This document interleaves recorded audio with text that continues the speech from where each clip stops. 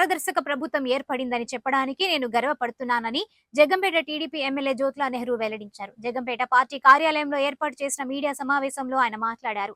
రాష్ట్ర ముఖ్యమంత్రి నారా చంద్రబాబు నాయుడు ఢిల్లీ పర్యటనలో ప్రధానమంత్రి నరేంద్ర మోదీతో పాటు మిగతా శాఖ మంత్రులను కలిసి రాష్ట్ర ప్రయోజనాల కోసం మాట్లాడడం జరిగింది. ప్రధానమంత్రితో 7 ముఖ్యమైన అంశాలు మాట్లాడడం జరిగిందని ఆయన అన్నారు. పోలవరం పునఃప్రారంభానికి చర్యలు తీసుకోవాలని ముఖ్యమంత్రి చంద్రబాబు నాయుడు కోరారని జ్యోతుల నెహ్రూ పేర్కొన్నారు. అమరావతి రాజధాని పూర్తి స్థాయిలో నిర్మాణం చేపట్టేందుకు నిధులు ఇవ్వాలని చంద్రబాబు కోరినట్లు నెహ్రూ వెల్లడించారు. అభివృద్ధి చేసుకోవడానికి మా రాష్ట్రంలో ఆర్థిక ప్రోత్సాహకాలు ఇవ్వండి అని చెప్పి అభ్యర్థించడం జరిగింది. అలాగే 5వది రాష్ట్రాలకు మూలధనం వ్యయం కింద అందించే ప్రత్యేక పథకం కేటాయింపులు జరిపి రహదారులు, వంతెనలు, సాగునీరు, తాగునీరు ప్రాజెక్టులు పూర్తయ్యేలాగా చూడటం మీ బాధ్యత, దానికి సహకరించండి అని చెప్పి అభ్యర్థించడం.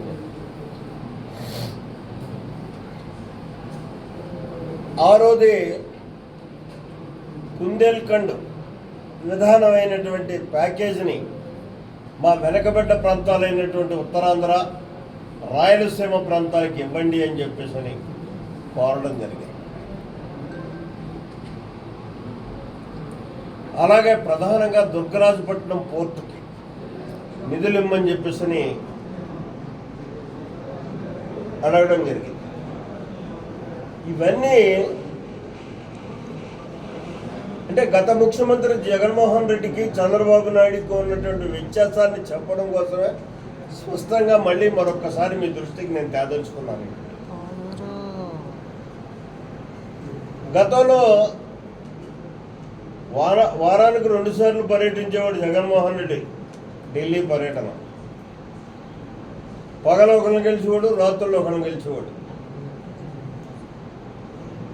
ఎందుకు కలిసాడో తెలీదు, ఏం మాట్లాడాలో తెలీదు. ఈ రాష్ట్రానికి ఏం సాధించడానికి ప్రయత్నం చేశాడో ఏ రోజైనా చెప్పగలిగాడా? అసలు అడిగితే కదా చెప్పడానికి. మొట్టమొదటిసారి చెప్పేశాడు, నేను చేతులు ఎత్తేసాను, నా చేతుల్లో లేదు, కంట్రోల్లో లేదు,